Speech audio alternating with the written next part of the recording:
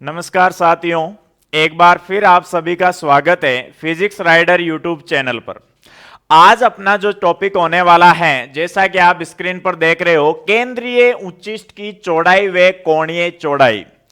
पिछले वीडियो में हमने एक टॉपिक के बारे में डिस्कस किया था, एकल झिर्री द्वारा विवर्तन, जो विवर्तन की घटना की प्रायोगिक व्याख्या करता है। फ्रॉनहोफर ने यह प्रयोग किया था और इसी के आधार पर विवर्तन को हम समझते हैं फ्रॉनहोफर विवर्तन के हिसाब से, जिसमें हमने एकल झिर्री द्वारा विवर्तन की घटना को बढ़िया से पिछले वीडियो में समझा था, जिसमें हमें मध्य भाग में मिला था एक केंद्रीय उच्चिष्ट जिसकी तीव्रता सर्वाधिक होती है।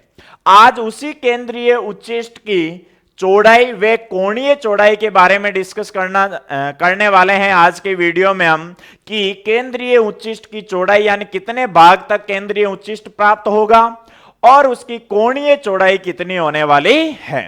तो चलो शुरू करते हैं आज का वीडियो, केंद्रीय उच्चिष्ट की चौड़ाई व कोणीय चौड़ाई।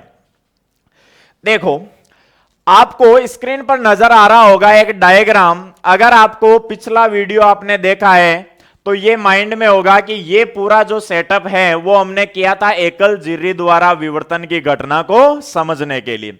अगर किसी ने प्रीवियस वीडियो नहीं देखा है तो इस वीडियो को समझने के लिए, इस टॉपिक को समझने के लिए आपको सबसे पहले प्रीवियस वीडियो देखना पड़ेगा। तो देखो, ये जो पूरा प्रायोगिक सेटअप है ये हम करते हैं एकल झिर्री द्वारा विवर्तन की घटना में। तो इस पर ज्यादा हम डिस्कस न करके हम सीधे आते हैं केंद्रीय उच्चिष्ट पर। तो देखो, हमने यहां पर एक पॉइंट प्राप्त किया था और इसके आसपास आपने देखा था कि केंद्रीय उच्चिष्ट वाला जो बिंदु होता है वहां पर तीव्रता अधिकतम होती है। तो ये जो केंद्रीय उच्चिष्ट का प्रभाव क्षेत्र है ये कितना होगा या ये कितनी चौड़ाई तक होगा, आज इसी की चौड़ाई के बारे में डिस्कस करेंगे और इसकी कोणीय चौड़ाई के बारे में डिस्कस करेंगे। तो देखो, केंद्रीय उच्चिष्ट होगा ये कहां तक होगा, सबसे पहली चीज तो ये आपको समझना है। वैसे ये एक बिंदु रूप में हम मानते हैं इसको कि केंद्रीय उच्चिष्ट है वो एक बिंदु हो गया, लेकिन जब तक यहां पर जो केंद्रीय उच्चिष्ट है इसके आगे आता है, आपको पता है निम्निष्ठ। तो पहला निम्निष्ठ आएगा, उसके बाद उच्चिष्ट, फिर निम्निष्ठ, ये एकांतर क्रम में चलते रहते हैं। इसी तरीके से विपरीत क्रम में देखा जाए, विपरीत डायरेक्शन में देखा जाए तो नीचे की तरफ भी केंद्रीय उच्चिष्ट के बाद में क्या आएगा, प्रथम निम्निष्ठ। ये डिपेंड करेगा पथांतर पर कि प्लस ले रहे हो या माइनस ले रहे हो। तो देखो, अगर इस डायग्राम को ध्यान से देखो तो केंद्रीय उच्चिष्ट के दोनों ओर प्रथम निम्निष्ठ के बीच की जो डिस्टेंस है इसी को आप क्या बोलोगे, केंद्रीय उच्चिष्ट की चौड़ाई। ये पूरी की पूरी क्या होने वाली है भाई, आपके यहां से लेकर, यानी ऊपर वाले प्रथम निम्निष्ठ से लेकर नीचे वाले विपरीत क्रम के प्रथम निम्निष्ठ के बीच की जो डिस्टेंस होगी वो क्या होगी, केंद्रीय उच्चिष्ट की चौड़ाई। अब हमने पीछे डिस्कस किया है कि सेंटर पॉइंट केंद्रीय उच्चिष्ट से जो प्रथम निम्निष्ठ है वो मान लो x डिस्टेंस पर है। तो ये हमने पीछे डिस्कस किया है कि केंद्रीय उच्चिष्ट से निम्निष्ठ के बीच की डिस्टेंस कितनी होती है, उच्चिष्ट के बीच की डिस्टेंस कितनी होती है। तो देखो, इसका मतलब अगर मैं आपसे कहूं कि टोटल केंद्रीय उच्चिष्ट की जो चौड़ाई होगी, केंद्रीय उच्चिष्ट की चौड़ाई, ये अगर आप डायग्राम में ध्यान से देखो तो देखो कितनी होने वाली है भाई, केंद्रीय उच्चिष्ट की चौड़ाई होगी ऊपर की तरफ x और नीचे की तरफ x। तो देखो, केंद्रीय उच्चिष्ट की जो टोटल चौड़ाई होगी वो अगर मैं x डैश मानूं तो ये हो जाएगी 2x के बराबर, यानी x डैश मान लेते हैं कि टोटल चौड़ाई कितनी है x डैश, तो वो किसके बराबर होगी, 2x के, ऊपर वाला x और नीचे वाला x। अब देखो, अगर मुझे यहां से x निकालना है तो देखो ये एंगल कितना है भाई, थीटा। ये एंगल थीटा है, ये x है, और ये जो नीचे वाली डिस्टेंस है हमने कितनी ले रखी है, कैपिटल D। तो अगर यहां से मैं अप्लाई करता हूं टेन थीटा, क्या अप्लाई कर रहे हैं भाई, टेन थीटा अगर अप्लाई करते हैं तो देखो यहां से मैं यहीं पे अप्लाई कर रहा हूं, टेन थीटा बराबर क्या होता है, लंब बटा आधार। तो tan theta is equal to, ये कितना हो जाएगा भाई, लंब कितना है आपके पास, ये 90 डिग्री का एंगल है तो x और आधार कितना है, कैपिटल डी। यानी टेन थीटा की वैल्यू आपके पास कितनी आ गई यहां से, x अपॉन डी। तो मैं यहां लिख रहा हूं कि डायग्राम से टेन थीटा की वैल्यू आपके पास कितनी आ गई, x अपॉन डी। यदि थीटा बहुत छोटा है, ये तो आपको ऑप्टिक्स के अंदर ध्यान रखना ही है, बहुत छोटा है तो टेन थीटा को लगभग किसके बराबर माना जा सकता है, थीटा। तो ये आ जाएगा आपके theta is equal to x upon d. पहला कि थीटा की वैल्यू कितनी आ गई है भाई, एक्स अपॉन डी। अब देखो बात करते हैं, यहां पर आपने पढ़ा होगा प्रथम निम्निष्ठ की स्थिति के लिए कि डेल एक्स था, वो क्या आया था अपने प्रीवियस वीडियो में, del x is equal to आया था डी साइन थीटा। और प्रथम निम्निष्ठ के लिए, प्रथम निम्निष्ठ के लिए, प्रथम निम्निष्ठ के लिए हमने पथांतर लिया था डेल एक्स बराबर लेमडा। अगर यहां पर डेल एक्स अपॉन लेमडा लेते हो तो लेमडा इज इक्वल टू आ जाएगा डी साइन थीटा। तो sine theta is equal to आया अपने पास लेमडा अपॉन डी। और यदि थीटा बहुत ही छोटा हो तो इसको थीटा इज इक्वल टू हमने लिखा था लेमडा अपॉन डी। ये हमने प्रीवियस वीडियो में प्रथम निम्निष्ठ की स्थिति निकाली थी कि कितने एंगल पर होगा, तो थीटा बराबर क्या आया था, लेमडा अपॉन डी। तो देखो हमने प्रीवियस वीडियो के आधार पर थीटा इज इक्वल टू क्या निकाला था, लेमडा अपॉन डी। अब देखो ये भी थीटा, इसका मतलब मैं इन दोनों को बराबर रख सकता हूं। तो लेमडा अपॉन डी बराबर क्या रख सकते हो, एक्स अपॉन कैपिटल डी बराबर रख सकते हो दोनों की, क्योंकि दोनों की वैल्यू है वो किसकी है, ये भी थीटा है और ये भी क्या है, थीटा है। ये प्रथम निम्निष्ठ की स्थिति तरंगदैर्ध्य के आधार पर पथांतर से निकाली थी हमने, और ये हम डायग्राम से कह सकते हैं कि थीटा बराबर क्या आ गया, एक्स अपॉन कैपिटल डी। तो देखो अगर ये दोनों बराबर है, यहां से मैं x निकालना चाहूं तो x बराबर क्या हो जाएगा, लेमडा डी अपॉन डी। क्या हो जाएगा भाई, लेमडा डी अपॉन डी हो जाएगा।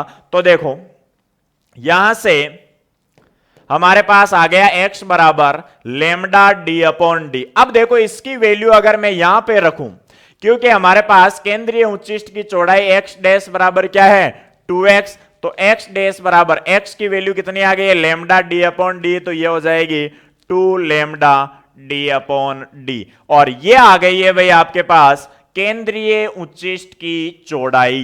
क्या आ गई है, x डैश क्या है, केंद्रीय उच्चिष्ट की चौड़ाई। सिंपल सा डेरिवेशन है, कोई ज्यादा खास नहीं है ये, केंद्रीय उच्चिष्ट की चौड़ाई। फिर अगर हम बात करें कि लेमडा क्या है, तो लेमडा आप सब जानते हो प्रकाश तरंग की तरंगदैर्ध्य।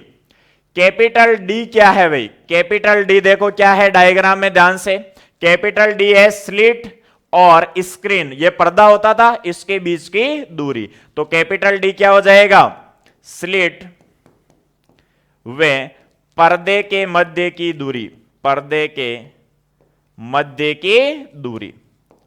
और स्मॉल डी क्या है भाई, स्मॉल डी है स्लिट का आकार, स्लिट का आकार। यानी स्लिट की चौड़ाई कह सकते हो या फिर स्लिट का आकार कह सकते हो। तो इस आधार पर हमारे पास केंद्रीय उच्चिष्ट की चौड़ाई का फॉर्मूला क्या आ जाएगा भाई, 2 lambda D upon D. Hope समझ में आ गया होगा आपको अच्छे से कि केंद्रीय उच्चिष्ट की जो चौड़ाई होती है वो कितनी होती है, तो ये कितनी होती है भाई, 2 लेमडा डी अपॉन डी। अब देखो एक चीज आपको यहां से माइंड में आ रही होगी कि सर हमने एक चीज पढ़ी है कि बीटा बराबर होता है लेमडा डी अपॉन डी, याद आ रहा होगा। व्यतिकरण की घटना में फ्रिंज चौड़ाई का जो फॉर्मूला होता है वो कितना होता है, लेमडा डी अपॉन डी। अगर सेम डिस्टेंस पर स्लिटों और पर्दे को रखो और जो स्लिटों के बीच की दूरी है वो अगर सिंगल स्लिट की चौड़ाई के बराबर हो, तो केंद्रीय उच्चिष्ट की देखो lambda by D upon D का कितना आएगा, ये 2 गुना आएगा। बस शर्त ये है कि कैपिटल डी दोनों में सेम होना चाहिए और स्मॉल डी सेम होना चाहिए और लेमडा सेम होना चाहिए। तो ये अपने पहला जो फॉर्मूला है केंद्रीय उच्चिष्ट की चौड़ाई का फॉर्मूला आपके पास आ चुका है भाई। एक्स डैश या बीटा डैश कुछ भी मानो, बस कितना होने वाला है, 2 लेमडा डी अपॉन डी।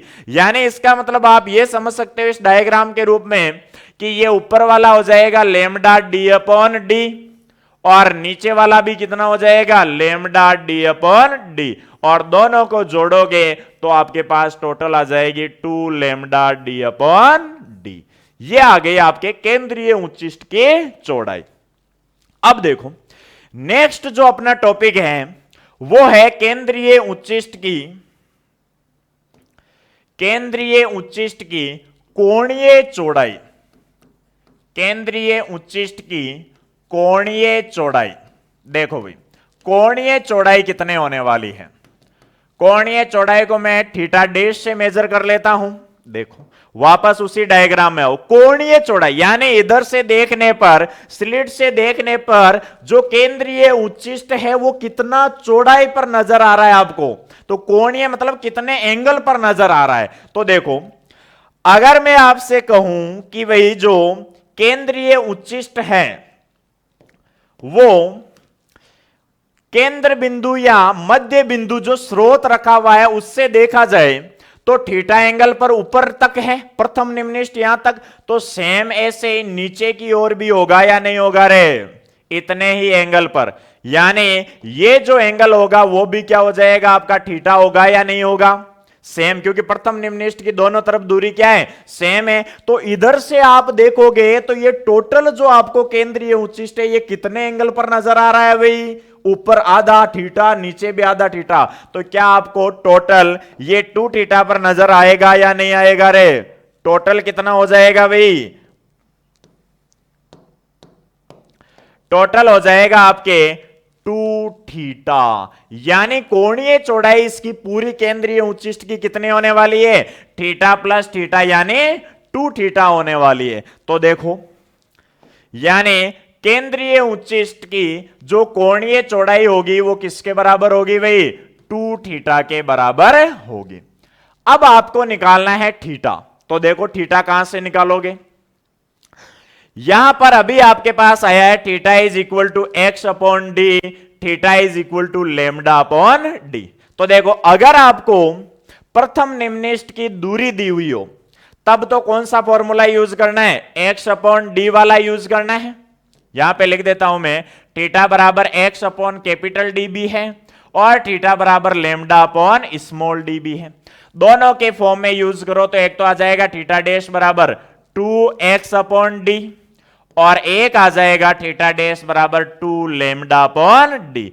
अब आपकी चॉइस पर डिपेंड है भैया आप कौन सा यूज करना चाहते हो, लेकिन केवल आपके चॉइस से भी काम नहीं चलेगा, क्वेश्चन पर भी डिपेंड है कि आपको कौन सा यूज करना है। यदि क्वेश्चन में x दिया हुआ हो यानी केंद्रीय उच्चिष्ट से प्रथम निम्निष्ठ के बीच की दूरी दी हुई हो और स्लिट और पर्दे के बीच की दूरी, तो कोणीय चौड़ाई ज्ञात करने के लिए फॉर्मूला कौन सा यूज करोगे, 2x अपॉन डी।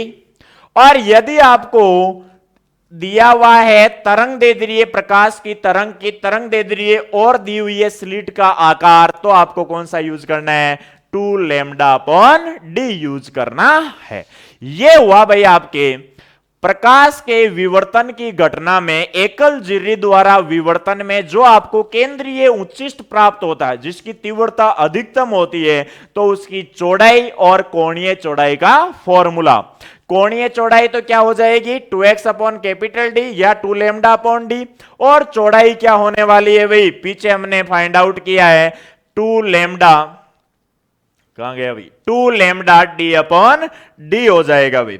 ये दोनों फॉर्मूले आपको ध्यान में रखना है भाई विवर्तन से संबंधित। तो आज का जो अपना टॉपिक है वो यहीं समाप्त होता है भाई। विवर्तन, जो प्रकाश का विवर्तन की घटना है वो आपके कंप्लीट हो चुकी है।